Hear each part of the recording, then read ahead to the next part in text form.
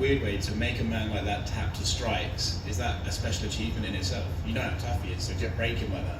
Yeah, we've seen that in my last fight, where he just manages to muster up. He just keeps rolling and rolling, and he manages. He's like a phoenix. He rises through the ashes, and you get him into that position. And even though he was trying to get out, I could just feel like, no, this is my time. And I was just like, I remember like thinking to myself, like, when is this going to get stopped? And then eventually it tapped.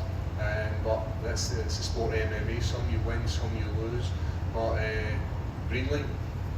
And did you appreciate the figure up the bum, or would you rather dumb that? You know, to get fingered off him is an experience, but to get fingered off Shogun Rua is something that will be forever ingrained into my butthole.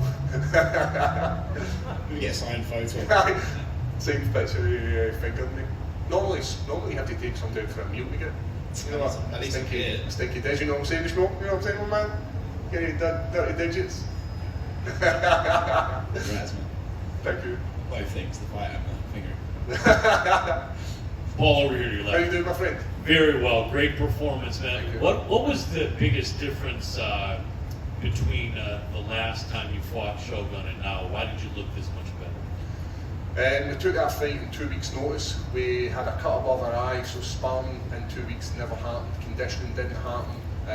We enjoyed too much of the old Scottish ale, too much Scottish whiskey after our last fight camp, and then we took that in 2 weeks' notice. But I'm not putting that down to saying that like I wasn't in shape, because I clearly was. I just didn't have the gas tank that I would normally have. So moving on in this year, in a year, I levelled up in the worlds of conditioning, cardiovascular output, skill set levelled up, whereas a year in Shogun's life he just gets a little bit older and he loses what makes him him, and the longer we go on in this sport, the more and more he loses of being that Shogun Rua, the legend with the knockout power. Now I was happy to take some of these shots, like I was willing to come on, and I could hear my corner banging and telling me to get my hands up, because he's still Shogun Rua, and he still has that one-punch knockout power.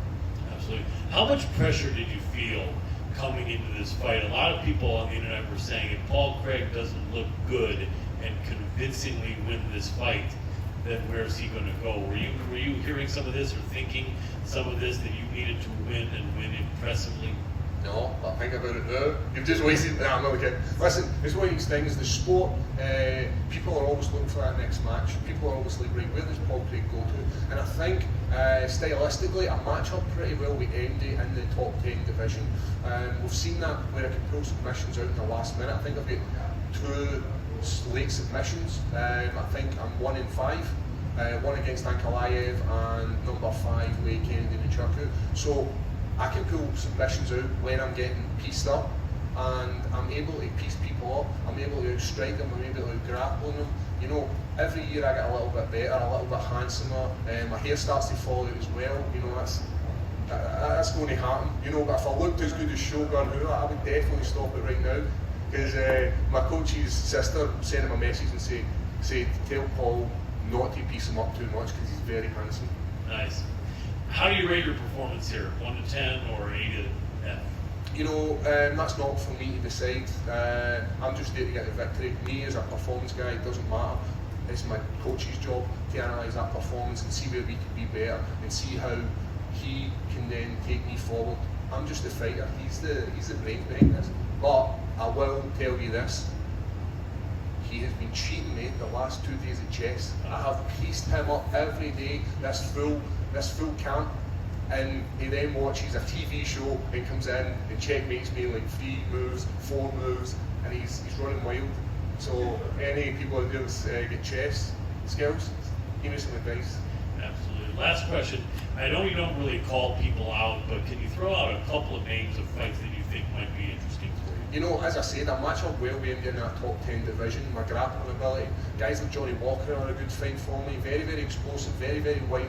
But I feel stylistically he makes mistakes and I can capitalise on that. Not only that, we've got Misha Surkinov as well, who's a grappler, and I think that would be quite an interesting fight. When 2 grapplers normally meet, it normally turns into a slugfest. And then we'll be guys like Glover Teixeira, you know, took out Shogun Rua. Could we get another legend out of this game? You're looking like you're on your way to becoming one. Congratulations. Thank you very much. Paul, right here. What did you say to Shogun after the referee stopped the fight?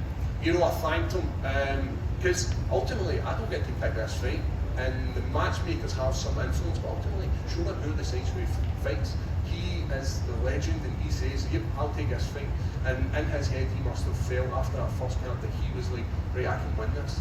And I watched that fight back for the first time a couple of days ago when the UFC put it up on their social media, and I was like, watching it, I felt good. My efficacy was through the roof.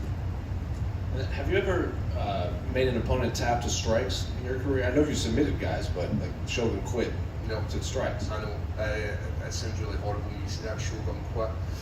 You've got a guy who's 100 kilograms lying on top of you, digging his crotch into your back after you've just fingered him. Sometimes you just need to tap.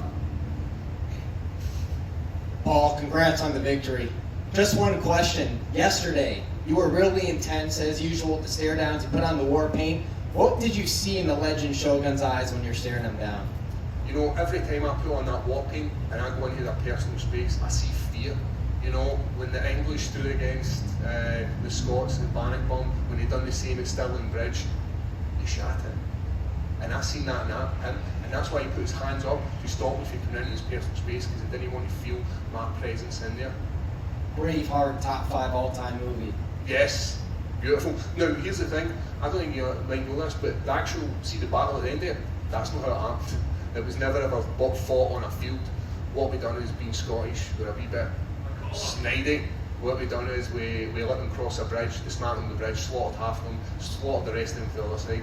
We're sneaky wee suckers. Thank you.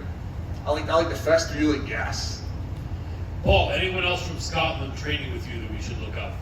Yeah, you know, I've got my team there. I've got guys like Jordan Strong, who's making his pro debut. We've got guys like Michael Blair. There are lightweights, there's middleweights there as well. You know, there's some powerful guys coming out of Scotland all over the country. MMA in Scotland and UK and Europe has seen this massive rise, and it's great to see, and to be at the forefront of that, and to be one of the only Scottish fighters in here doing as well as I'm doing it makes me proud to represent my country. Absolutely. One of the guys at your gym, John McElroy, has spoken well of you every year after year. I wanted to let you know that. Yeah, he's a good guy, man, and I enjoy tapping him. He makes these lovely noises when you tap him. It's really, we call it a gymgasm. Absolutely. Thanks. Listen, thanks very much, guys. More victories.